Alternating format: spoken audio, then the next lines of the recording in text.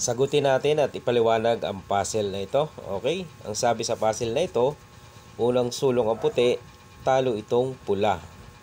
Ang pula, lahat naman yan ay piyon, no? Pero mayroon siyang isang piyon dito na isang step ay dadama na. Ang puti, yan. Isang piyon, tatlo, bali tatlo at isang dama. Okay? Pataas ang puti, ano po? Pababa ang pula. Okay, so unang sulong ang puti, talo ang pula. Sinabi ko na kapag dito mali ang pakain mo, ay maaring matablahan ka. Ipakita natin. Siyempre, wala namang ibang tira dito ang puti, kundi pabalikin ang pula at magpakain. Dito yung sinasabi ko, kapag nagpakain ka ng mali, tatabla. Nasaan yung mali na yon? Dito yon. Pag nagpakain ka dyan, tabla ho yan. Kakain yan ng ilan? Sa 2, 3, 4, 5. Tabla po yan. Ano po? Kasi yung 3 na yan, makakalusot pa ho yan. Saan ba siya dapat matalo? Dito po, ibabalik natin. Pakain, balik. Imbis na dito ka magpakain, dito ka magpakain. Yan. Kain 5 po yan ha, hindi po 4. Baka sala ang tingin nyo, dito ang tingin nyo. 1, 2, 3, 4. O kaya dito. Hindi po. Pag dito ka nagpapakain, 5 yan, ilan yan? Bilangin mo. 1, 2, 3, 4. Ayun. Yan ang tamang solusyon o pakain para talunin ang pula. Siyempre, titira dyan ang pula eh. Pwedeng ito, pwedeng ito. Kung dito siya susulong, babantay ka lang doon. Halimbawa, dito siya. Dito siya, halimbawa. Dito ka lang. Ngayon, susulong yan dyan. Bababa ka dito. Pag nangahas siyang bumaba, talo yan. Bakit? Sisiguruhin mo sasayangin mo. Pag umilag yan, ayan pakain mo yan.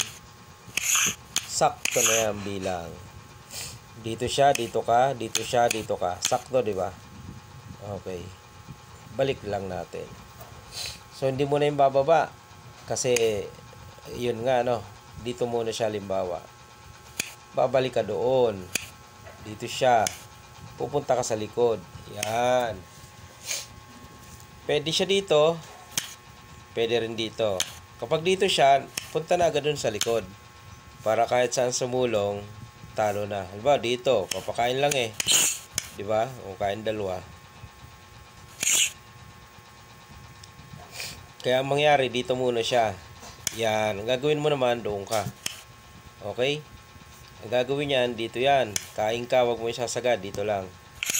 Tapos, pupunta yan doon. Ang gawin mo naman, bantayan mo. Dito naman siya. Isulong mo na yung piyon mo. Ngayon, magpapakain na yan. Kain ka doon. Idadama niya. Talo pa rin. Bakit? Ilalagay mo to doon. No choice siya, dumama. Idadama ka rin. Ayun. Yan ang kalalabasan ng puzzle. Mga bossing. Pag doon sa kabila kasi, na-explain na natin yan. Dati ng puzzle yan. Tabla po. Yan. Po? Yan pag dito ka nagpakain. Diyan nagkakaroon ng diferensya Dapat dito ang pakain. Nabubulag sila dito Ang tingin nila 4 lang ang kain. Dito para diyan dito ang tabla. Dito ang panalo dito tabla ito. Tabla ho yan. Susulong yan dyan kahit anong gawin mo dyan, tatabla yan. Doon yan. Gagapang ng gagapang yan Pagbalik mo doon, doon na naman yan. Balik-balik ka dyan sa gitna. Hanggang sa gumapang ng gumapang yan. Yan pepesto na yan dyan. Di ba? Yan ang timing nyo dyan aalisin nyo yan Pag isinulong mo yung piyon mo, di papakain na yan. Kain 2. Doon na, lusot na. Paano mananalo, di ba? Tabla sa part na yon. Okay? Ayan. Yan ang idea ng puzzle na yan. Doon sa kabila ang pakain para panalo. Okay?